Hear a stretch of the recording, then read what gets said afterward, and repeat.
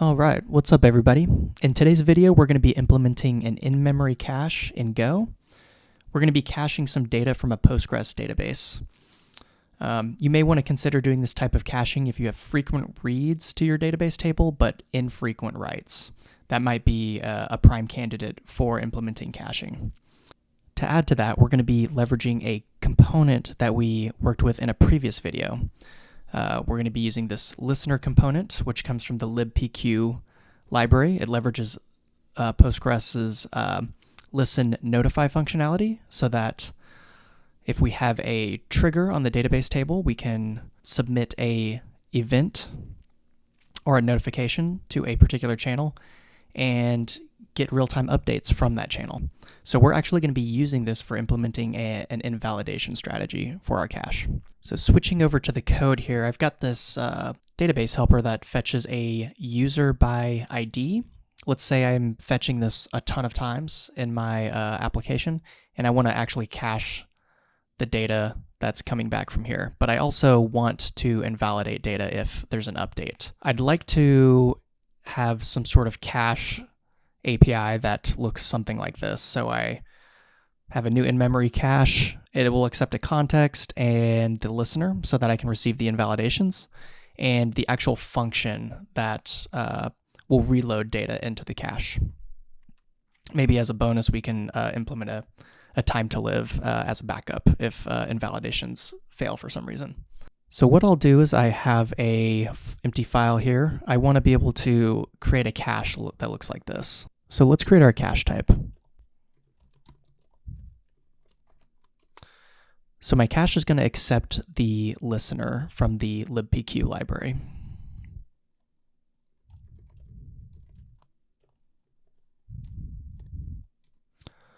My cache is also going to accept some sort of function, as we already stated, to reload data or reload entries into the cache.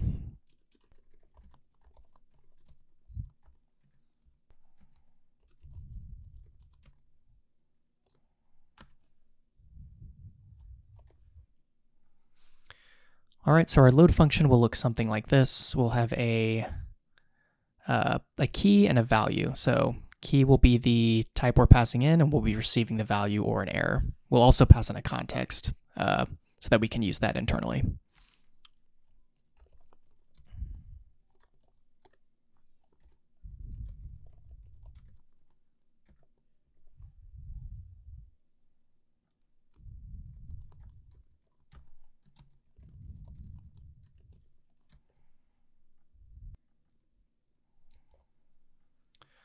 Now we need to have our actual internal cache, which will just be a map of key value pairs.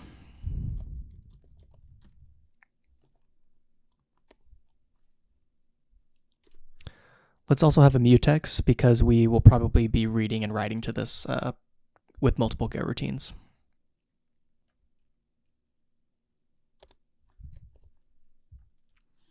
All right, that looks like a good starting point.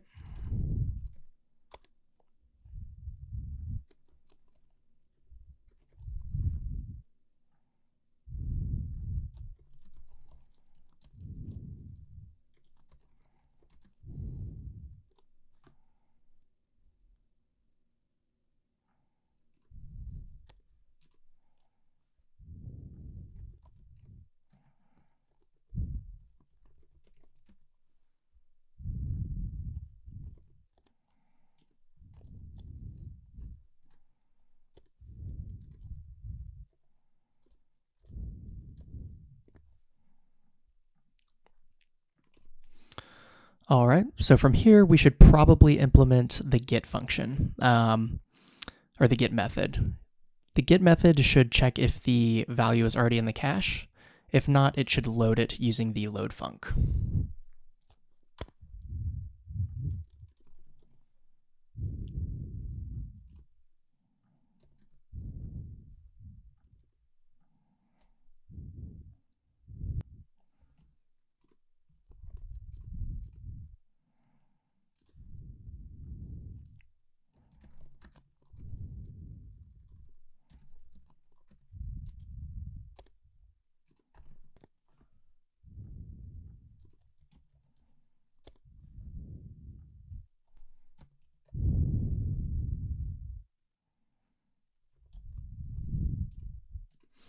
Okay, so what we've done is we've used a read lock. This should be read lock and then read unlock. So we are using a read lock mutex to read the value out of the cache. If we already have it, we will release the lock and return the value. Otherwise, we'll unlock it, and from this point, we need to load the value and set it into the cache. So we've already got some code here. var call the load func.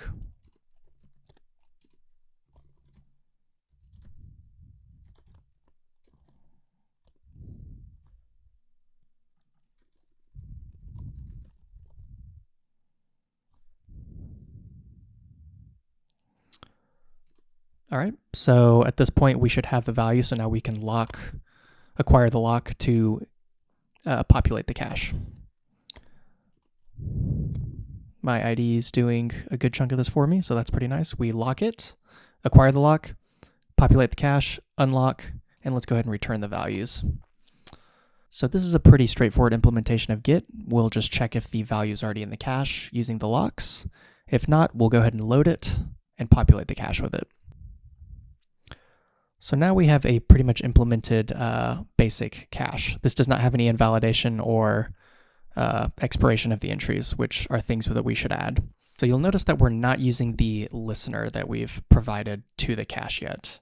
What we should do is set up a background listener that will listen for events and update the cache entry as we get new events. We won't return anything from this function because it's going to be invoked asynchronously.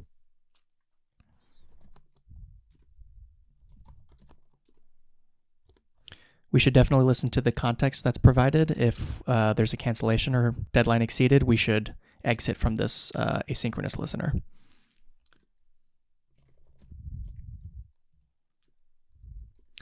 But first, let's close the listener and then exit this for loop.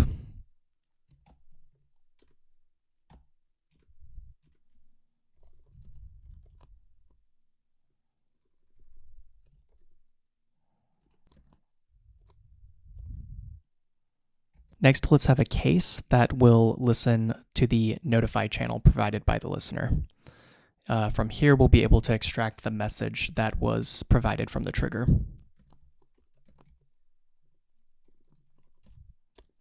If you remember from the last video, we implemented a structure that is generic that allows us to parse the JSON message. And it's this one right here. So we'll marshal the JSON into the structure. It's generic, so it's going to be of type V.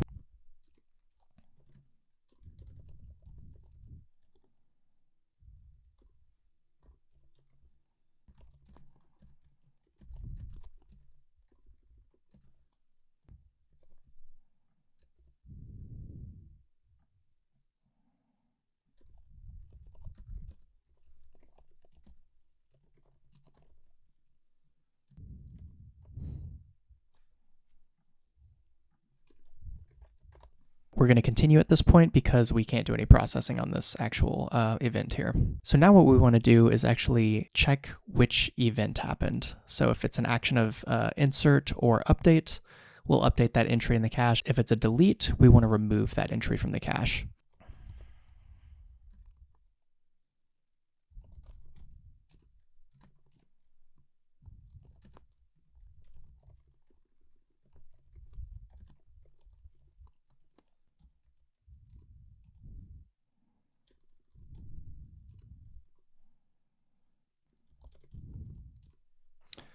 Okay, so we have a bit of an issue here. We need some way to extract the key from the data, and we don't have that currently.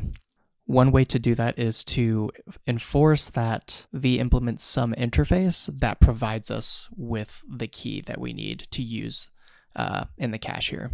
So I think that's what we're going to do is add a constraint to this generic to ensure that whatever data this is being marshaled into has this method that will provide us with the key. So let's go ahead and get that completed. So I'm just going to implement an interface called keyable, and it will have a key method that provides us with the value that we need to use as the records key.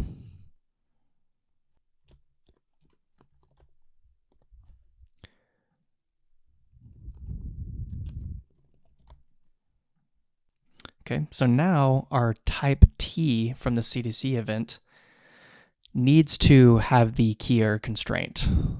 This data needs to implement this key method.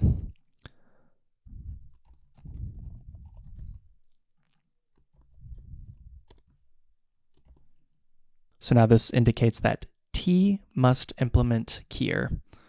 Now we need to update our constraint on our value that's used for the cache. It needs to implement the key method.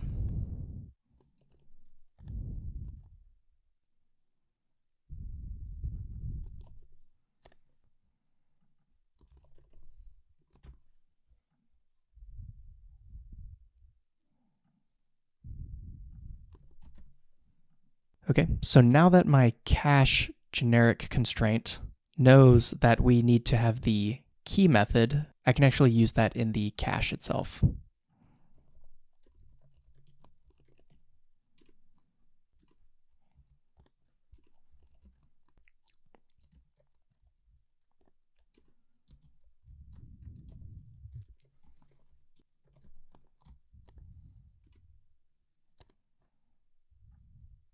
All right, so now we're just checking if this key is in the cache. We're going to go ahead and delete that.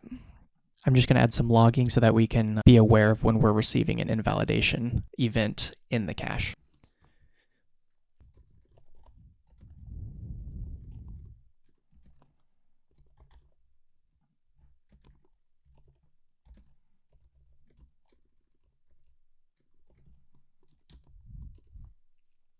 Cool, so it looks like we've got our basic listen functionality implemented. What we want to do is, since this is a blocking operation here, we're going to actually invoke this in a Go routine. And we want to do that when the memory cache is constructed. So I'm going to refactor this a bit so that we can invoke this in the background.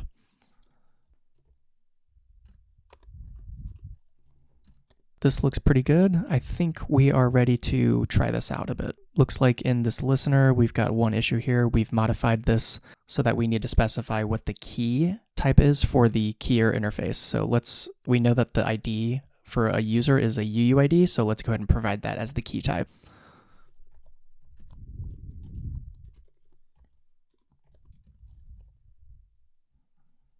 This script is not relevant for this particular exercise, but we want our app to compile after all. So now we've got this reader script mostly implemented. It basically just constructs the listener, the Postgres database, the user store so that we can leverage the method that we actually want to use to load the cache.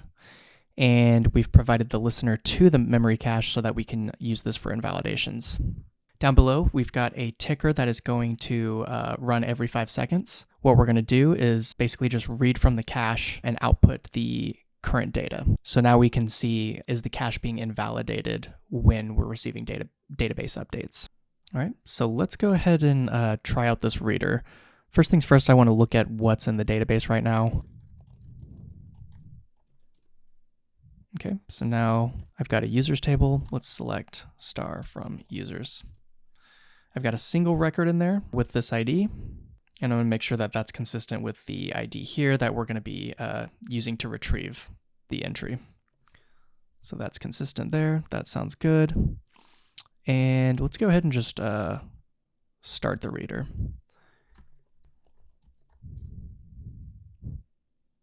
And it looks like I had a bug here. I was using unlock instead of read unlock. So went ahead and fixed that.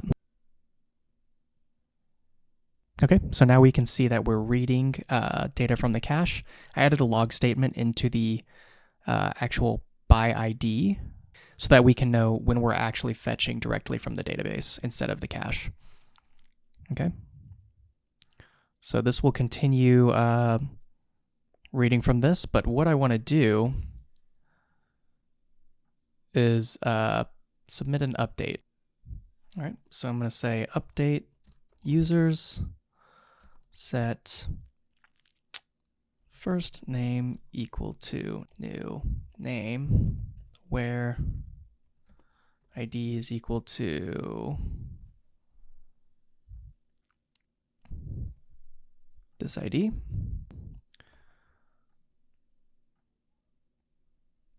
All right, so we've got a log down here that says received cache invalidation for table users update, action is update, and the key. So that's cool. It updated the cache entry, and now we are reading this new value. All right, so now that we've got the cache invalidation working, let's go ahead and add the time to live functionality.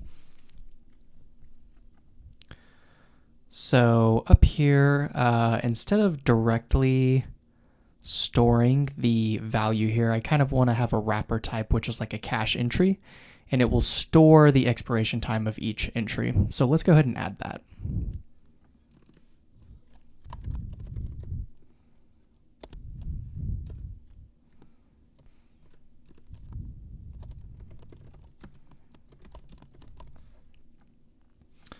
All right, so instead of storing this value directly, let's use this wrapper type here.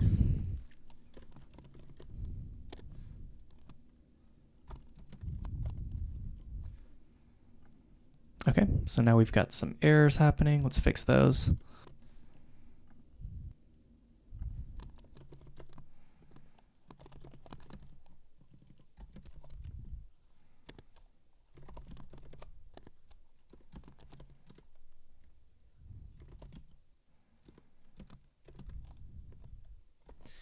Okay, I think I want to make this a parameter that we pass in, so let's go ahead and do that at the top as well.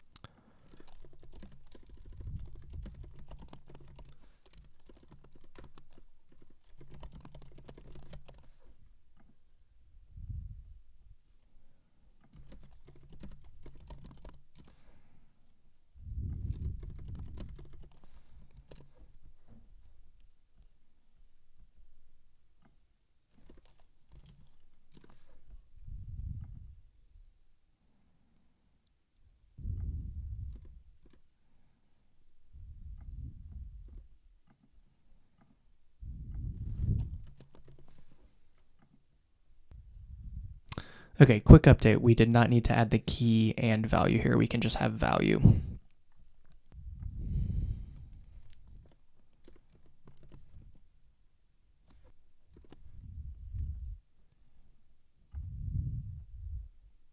Okay, so down here, we retrieve v from this load func.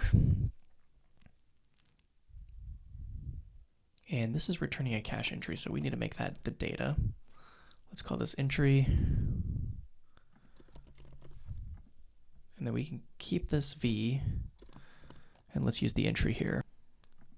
And that looks good to me. So now I'm going to stop this app here.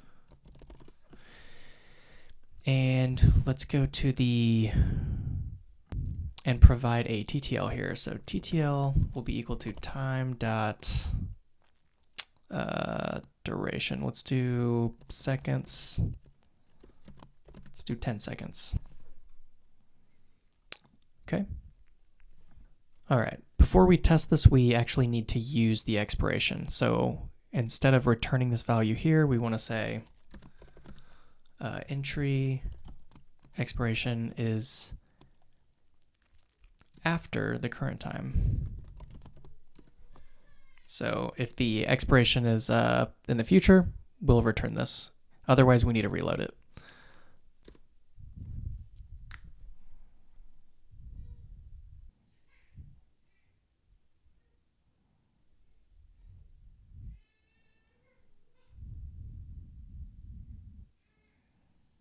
All right, so you can see that we've retrieved the entry from the database again and refreshed it. All right, cool. So in this video, we learned how to implement an in-memory cache in Go with invalidation and a time to live. I'm probably going to continue exploring this concept with listen, notify, and change data capture. I think the real-time events and the applications are pretty cool, so I'd like to continue exploring that. If there's anything in particular you'd like me to cover, be sure to leave a comment down below. If you'd like to see more content like this, be sure to leave a like and subscribe for future videos like this. Until the next one, I'll see you guys.